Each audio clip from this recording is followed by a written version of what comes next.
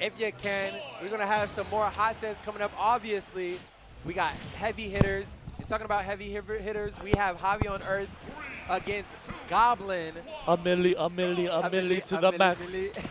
Yeah, I mean, really just remember this. You have to water the tree, which means that it only needs a little bit of water, bro. Little droplets. I literally said he spit on that thing for the last droplet. And that thing's got crazy range. Bro, that thing spread is yeah, bro. That's bro, got that was a whole tree house. Bro. I know, bro. Sorry, my mind is going places that I cannot commentate.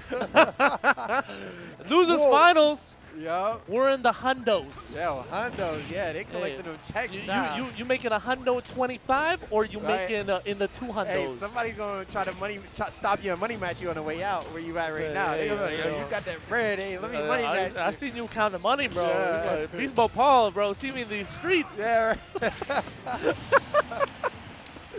Right. No, his dad's here. His dad is not someone I would mess with. Yo, low-key, though. He was sitting there back up starting. I'm like, yo, you good? He's like, I'm like, bro, that guy used to be a Marine or something. Yo, nah, yeah, he's retired, but he doesn't seen enough where he retired himself. They told him, like, yo, you good, boss? He's like, nah, I need more. The future is gaming.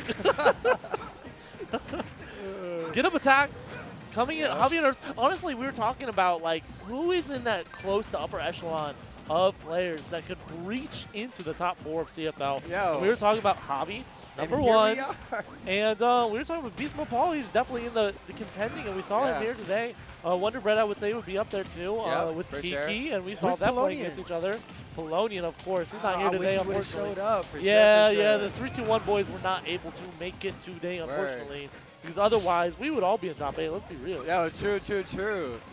But right now, we're seeing the SFL boys and then the CFL tried and true, bro. Tried and Goblin, true. man. Thick and thin, 103%, trying to find a way back, jumping up into the platform, looking for something to pocket, but hey, pockets ain't gonna go too far because Ray ain't got nothing to offer. Yeah, bro.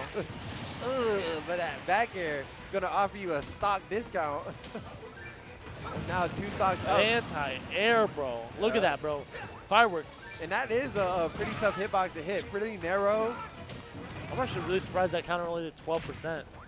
Sometimes I'm astounded by Roy's damage on single hits is pretty low. Yeah, it is, though. It's those sequences that adds up, and the pressure that Roy gives off is so much.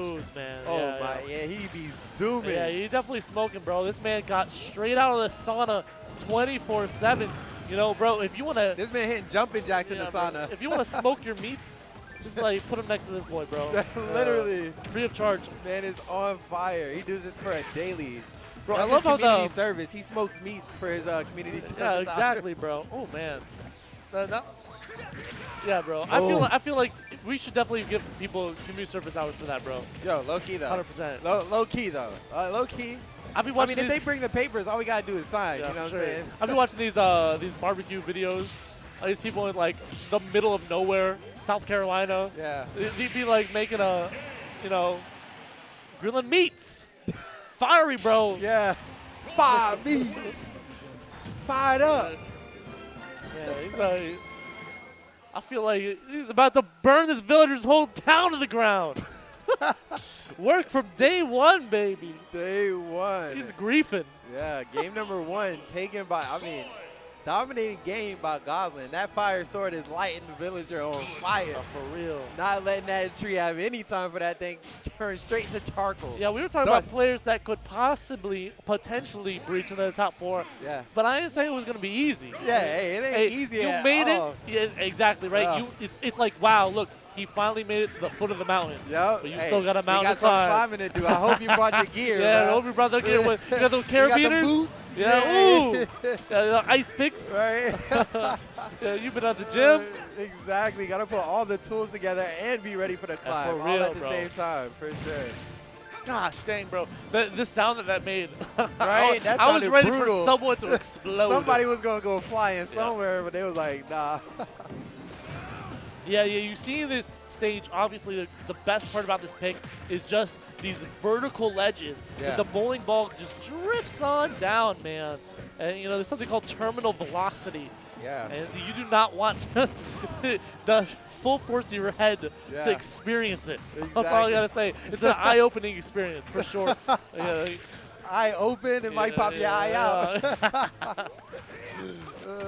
However, I would say that these platforms can go in the favor if you want to recover high. Maybe not so much versus Roy. It's the fact that, you know, he's on these platforms right away. He can tech chase you, and you're put in a spot where you really don't want to be, you know, forced to get hit from a back air from there. Yeah. And now Goblin finds his way center stage, gets it parried, but Javi not looking for anything after. Almost giving Goblin respect right there. I think he was going to throw out a hitbox or an option. Ooh. What? When did he have that jump? Did he save his jump the whole time? I did not. What in the name of resourcefulness is this guy? I don't know, man. I don't know. Bro, you get hit once, twice, 3 times, and this man is not shooken. He is ready for whatever is thrown at him. And is able to get back safe and secure and take the stock, and now has 51% of extra credit. Yeah, I mean, Javi's, you know, hard climbing up this mountain. Meanwhile, Goblin just cruising on up in his helicopter, right? bro. No, he's the one on top of the mountain throwing stuff down. He's like, get down there. He's throwing like rocks down the mountain. He's like rolling down. Banana It's a peels, snowy mountain, so it's going to turn into a huge The ledge here, Javi on Earth. I don't know if he's on Earth after that one. Yeah, man, this man, hey, Goblin is sitting him somewhere. I don't know if it's the moon, Mars, or what. He's trying to send this man out of here. Yeah, but those fireworks reaching high, not high enough. Goblin able to roll it out. Back to the center of the stage. Yeah, that third hit of the fire dance is just so hard to deal with. Because you could react and throw out a forward smash right away, but in reality, overall, you could just throw out another hit of the fire dance, and all of a sudden you're taking a lot of damage. Down tilt, man. We plugging weeds out here.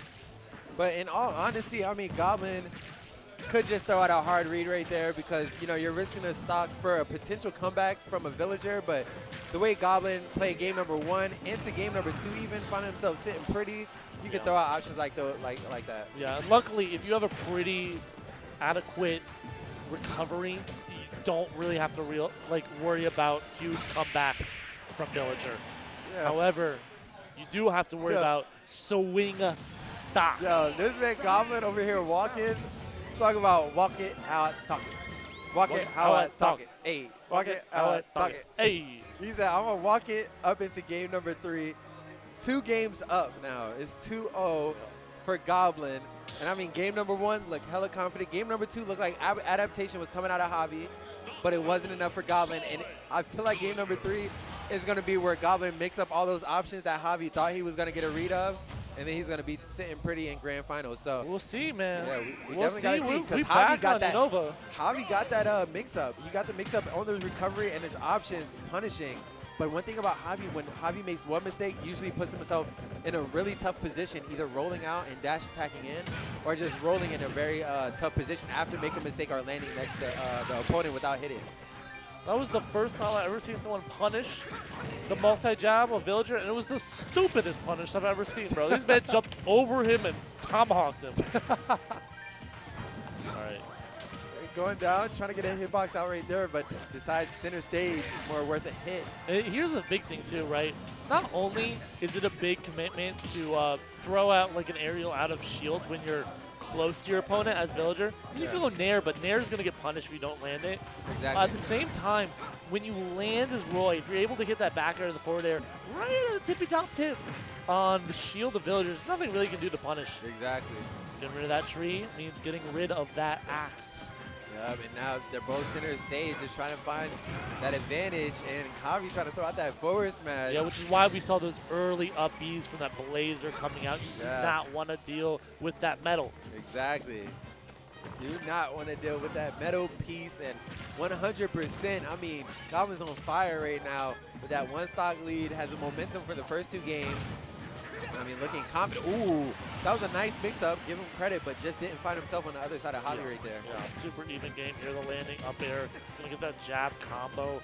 13%, just something simple. Now, question, is there tech behind the landing on one side or the other? Is there like a frames where you can identify landing on one side, or is there just a slight slide effect. Like with which move? When you're trying to cross up or you're landing, like right there, Goblin expected Javi to be on the right side, but obviously Javi was on the left. But that was him trying to predict where Javi or him was going to end up. Yeah, it really, like, it's hard to read. Okay, so there's no, sorry. in-depth tech. It's hard to react. It's mostly a read. Yeah. You can kind of put it more in your wheelhouse depending on the move, the character, and when they hit your shield, right? So in that situation, he had the triple turnips, which is already nice read. He had the triple turnips, which is already RNG, but all of a sudden, because he was kind of on the right side already, you're probably not going to have enough aerial mobility to get through. But if you're playing with a character like Wario or Wolf, all of a sudden your aerial momentum is so much higher that you can deal with it. Yeah, true.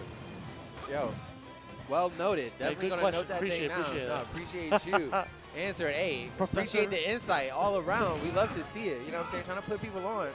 Because we watch some matches, but what's going on? For real. What's going on in these people's heads? Right, exactly. And it looks like they're trying to keep a hold of that center stage, but after that falling up air landed, man, Goblin pulled the trigger on that back air as soon as possible. And that's the greatest difference. But when you think about Roy versus Chrom, there it is. You know, as a Chrom player, you may be putting yourself in a weird spot where percentage-wise, where it's hard to find these confirms.